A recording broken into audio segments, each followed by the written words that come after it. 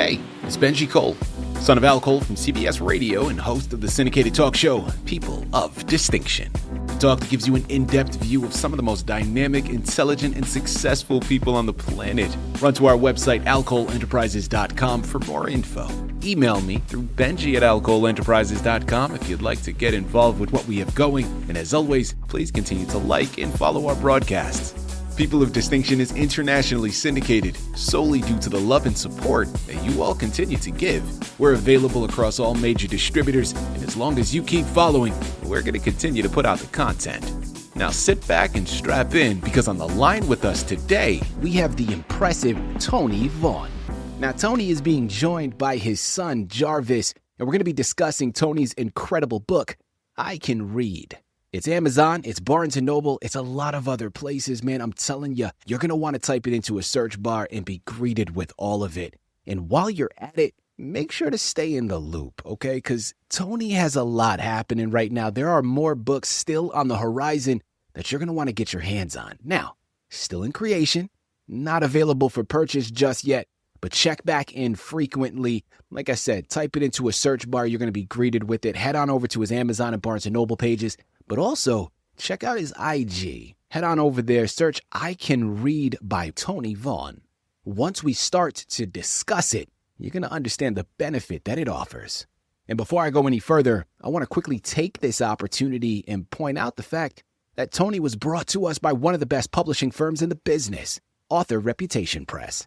So for my writers out there who have gone through their process, man, listen, if you need some assistance moving that book you just finished developing, head on over to authorreputationpress.com and gather all of the ways that their fantastic team is going to help you do just that.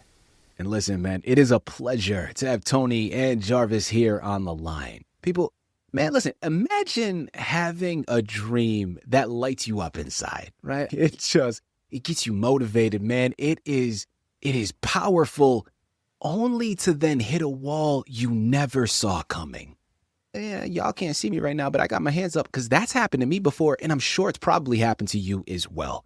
Unexpected things happen all the time, and if so, strap in, because that's exactly where our main protagonist, Jason, finds himself in the book I Can Read. It's a powerful book based on the real struggles that kids face when learning feels like an impossible climb. All right, today we're going to be talking with Tony Vaughan, who is a firefighter turned author, about why this story matters, how failure can fuel greatness, and what it truly takes to conquer the obstacles that scare us the most.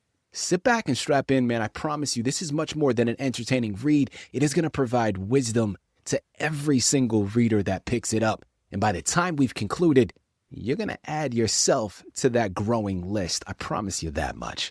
Here we go. Tony, Jarvis, first and foremost, welcome to People of Distinction, and thank you both for being guests. How are you doing today? Good to be here. We're doing fine today. How you been doing? Tony, listen, man, better than I deserve. I'll tell you that much, okay? And I appreciate you asking. You know how often I do these shows, Tony? I always ask people, man, how they're doing. And there's so many times they don't ask me how I'm doing. And I tell you, I appreciate you asking. All right, we're going to start right there. But no, I'm doing great, man. Joking aside, I have my health. I have a beautiful family. I'm doing better than I deserve, man. I appreciate it. And Tony, I have to tell you, man, your book, I Can Read, a personal story to you. I know it comes from real experience, but it also is something that is going to resonate with a lot of our listening audience and a lot of your readers, man. And I think we all have our personal stories, whether it's through reading adversity that we've faced or just any type of educational adversity, or listen, man, let's just call it spade, adversity in general. Your book is something that provides wisdom, and we're looking forward to it, man. Before we jump into the words on those pages, Tony, tell us a little bit more about yourself and your background. I'm 71 years old. I was for the fire department for 36 years. And I was in the military, the Marines military. And I went to Lane College. I graduated from Lane College. And that's it mostly. So if I could add this in, when my dad became a firefighter, he was one of the first African-American firefighters of the city. And he had trouble facing that, especially him not being able to read as well, he had to work harder. He had to do more overtime to get the position that he wanted to, because people who could read could do better than him. He had to fight harder and work harder with passing tests and stuff like that. Yeah. So him coming in at that time frame where books had to be learned how to read, and we couldn't read it, it made it harder for him to do that. So I feel like that's one of the reasons why this book resonates with him so much, because I feel like if he was around my age and where you can use like computers and stuff, you can breeze past it. You wouldn't have to struggle as much. Yeah. And that struggle makes him a stronger man that he is today. And that's why I love my father. Jarvis, thank you very much for adding that, man. Listen, you know what's interesting about what you said that nobody ever really talks about? Like, you mentioned how your father was being one of the first African-American firefighters there in the city. Everybody wants to be a trailblazer, but people don't realize how if you are if you are one of the first people to do anything, all of the additional obstacles that's thrown in your path. So you got to pave the way and clear that space for others that come behind you. But we love to hear the story of trailblazers, but we don't necessarily want to go through that process ourselves, man. And that in and of itself, I think, is powerful. And it's just another reason on why your father is an absolute embodiment of a person of distinction. Man, we did something right by making sure we had you here as a guest, because that is a great piece to have added in. Thank you very much for sharing. Yes, sir. Tony, I know that this book is personal to you, right? I could be just assuming here, but although I do think it's safe to assume, your main protagonist in the book, he also is wanting to be a firefighter, right? That is his journey that he is striving for. And I don't think it was a coincidence that you also have a background as a firefighter. So let's talk about inspiration here for a second, man. What inspired this book? Was this your personal story, somebody that you knew? What inspired you to write it? Okay, that's a good one. Okay, like when I was growing up, our house caught on fire. And everybody, that was strange. Everybody ran out. I ran in. And I looked around, I looked at it, I got in some trouble for going inside the house though. But I got interested in being a firefighter back then. What got me started, being a firefighter. Love that. Well, listen, man, thank you for your service, okay? I tell you one thing. I've unfortunately been on that side of things where when I was very young, one of our homes caught on fire as well, and it was terrifying.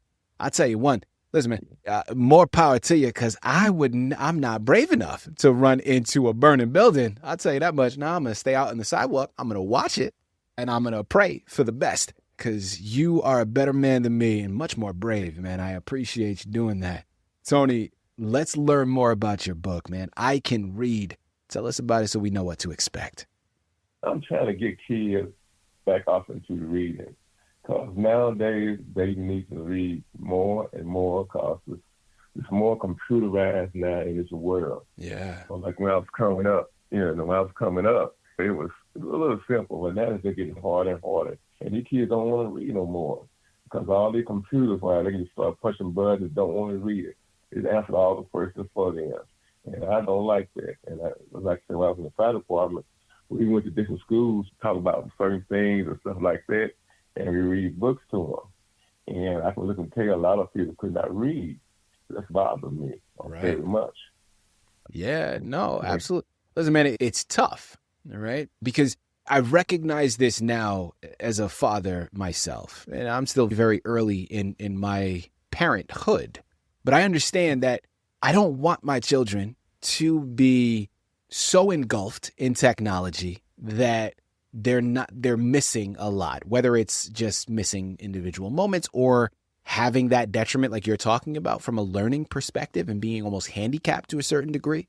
But I also understand, listen, man, the day and age that we live in, technology is here and it is here to stay. And it's only going to become a larger part of our world.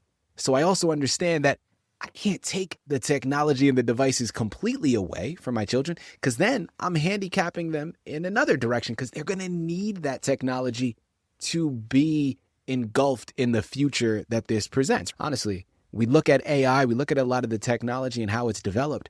You give it another 10 years, and it might not even be 10 years, but you give it another 10 years, I firmly believe a lot of the workforce is going to revolve around that technology. So we can dive down that rabbit hole at another time, but I recognize what you're saying, and I see that there is a difficult balance there because you need them to be equipped with it, but you also don't want them to be engulfed in it too much. Tony, my next question that I want to go into, what would you say we're talking about those young minds having difficulty reading. This, from a reading perspective, that is something that a lot of kids face. But just from an adversity standpoint, kids often internalize failure, especially when it comes to those learning challenges. So how does your main protagonist, Jason, deal with that in his journey? How does he deal with that struggle? And what is the message there that can now be transferred to the young readers when they pick up your book? Okay. Me, I'm dyslexic.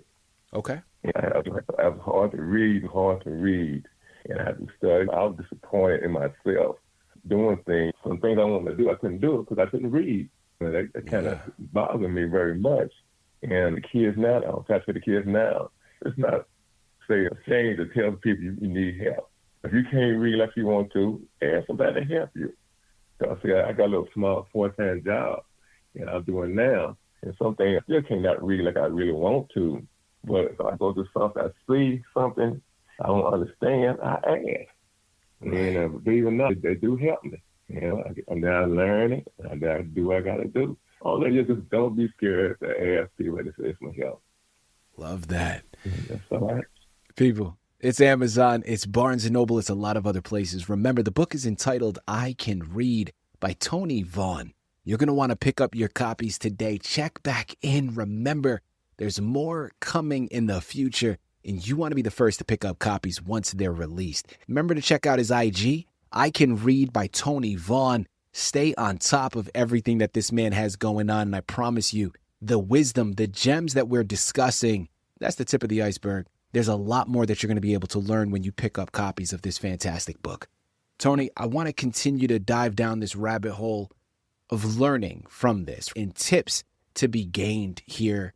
We talked about technology. We talked about the world that we're currently in. Social media, man, social media loves overnight success stories. Your book highlights perseverance, right? How do we help kids value the process of that of overcoming that adversity rather than just the outcome? So when my dad got his book first published, he stayed local. So where his book didn't reach out as many people as he wanted to. So about time went past, I decided to him out by reaching out to a bigger publishing company, AR Press, Endorsed Publishing, and they helped us get his book out there republished. Sometimes you might have to wait a while until that right person comes in to help you find out more information. Because sometimes staying local is good, but sometimes you got to step out there in order to get your thing heard by more people. Jarvis, thank you very much for jumping in, man, and providing that. Because listen, I think you hit it right in the head. We are so accustomed to getting things instantaneously nowadays that it's close, but first and foremost, it makes us impatient, but also there's so much to be learned in that journey, right? And the wisdom that's acquired through the experience. People, trust me when I tell you, it's a lot easier said than done. I get it. If we could just press a button and all of a sudden we're already at our goal, we're at our final destination, man, that'd be wonderful. But that's not how life works. You gotta go through it to get to it. And this is what Jarvis is talking about here. That's what he's bringing up, is sometimes taking that leap of faith, as scary as it may be in the moment, is what you gotta do. And I've recognized this a lot as an artist and working in my particular field. Not everything that you step to the plate is going to be a home run, right? It's not always going to be what you envision. But again, the wisdom that you acquire through that experience is going to better prepare you for the next time. Easier said than done, but there is a lot to be gained there. And this is just one example. I know you listening in right now, you have a number of examples that you can pull from where You didn't want to step out of your comfort zone. That fear of failure, that fear of whatever was holding you back. And then you finally did, and your future self was able to thank you because of it, because you got to a destination that you wouldn't have gotten to unless you stepped out of that comfort zone. I love it.